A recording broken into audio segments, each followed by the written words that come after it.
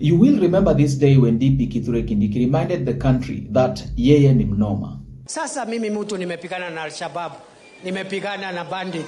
Nitashindwa na watu ya siasa hapa kidogo, watu kidogo hapa, watu kidogo.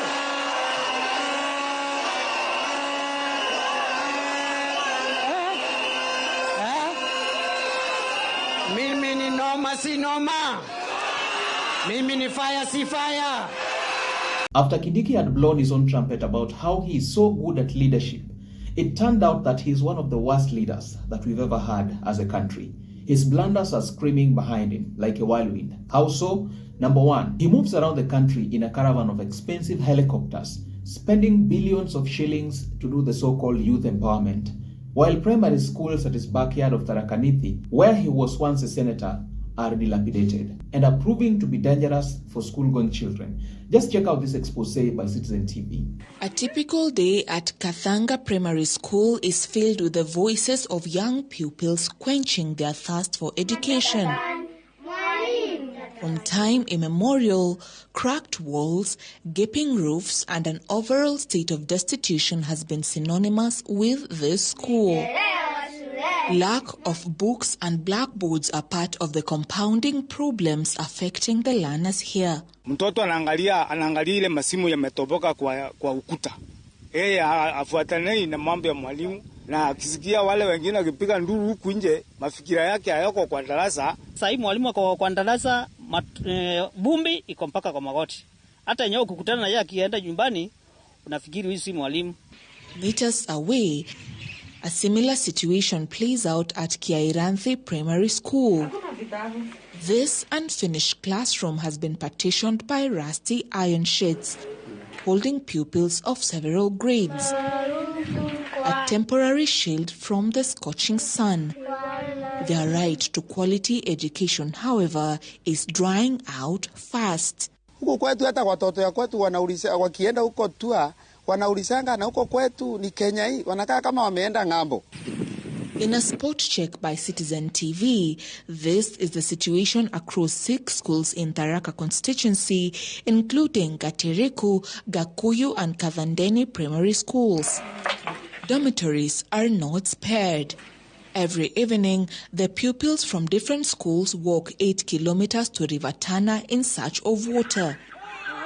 Parents also have to deliver 60 jerricans of water each term. When the sun sets, the pupils remain engulfed in darkness. Now, personally, I'm not against empowerment of whatever form being directed by Kindiki, but as a national leader, he ought to have started at least from his backyard. I mean, can there be any empowerment different from education empowerment? Because how can you empower citizens if not through education? At least basic education for that matter. The schools in Tharaka Nithi constituency are in a very pathetic condition. If anything, what Kindiki ought to have done was to set aside some money for the construction of classrooms for these innocent children. I mean, it doesn't take much. Even 2 million shillings can go a long way in developing habitable infrastructure for a single primary school. It's a total shame for the DP to go around the country dispersing empowerment programs while primary schools in its own backyard are languishing in abject poverty. There are no classrooms. Children study in structures whose walls are made of iron sheets. Rusted iron sheets, to be specific. The floor is rusty, the floor is dusty, and it's full of holes. The threat of snakes and jiggers is very imminent. Children cannot even concentrate on their studies.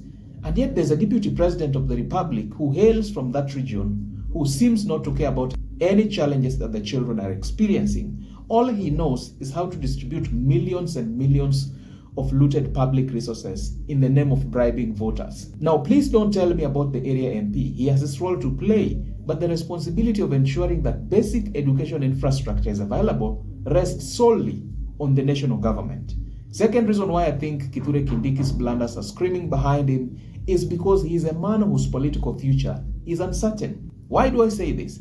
Instead of fixing his political survival, he allows himself to be used by Ruto to meddle up in Western politics. He thinks that by doing this, he will gain the favor of the president and stand out the chance of being selected as Ruto's running mate in 2027. What he has refused to understand or accept, however, is that Ruto will opt for somebody else who has not been rejected by the mountain. Just check out this tape of Dr. Boni Alwale lecturing Kithure Kindiki on his behavior of meddling up in Western politics. Profesa Kindiki, umekuwa hapa kwetu ukaambia watu kwamba wewe sasa umekomaa, kijana mwenye ulinipata katika uongozi.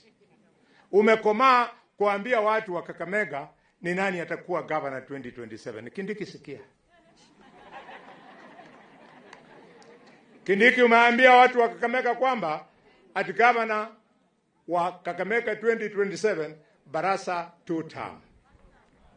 Kindiki, wewe kama umeshindwa kudhibiti Rigathi Gachagua kwenu, usifikiri hapa ndio utakuja kuamua ni nani atateuliwa na ni nani atanyimwa kura.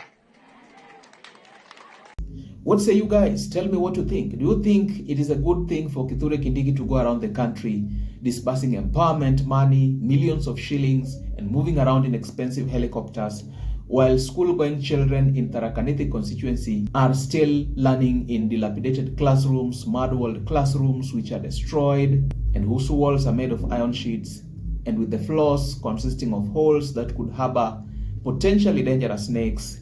Do let me know what you think about this in the comment section below. At the end of the day, these are just but my opinions.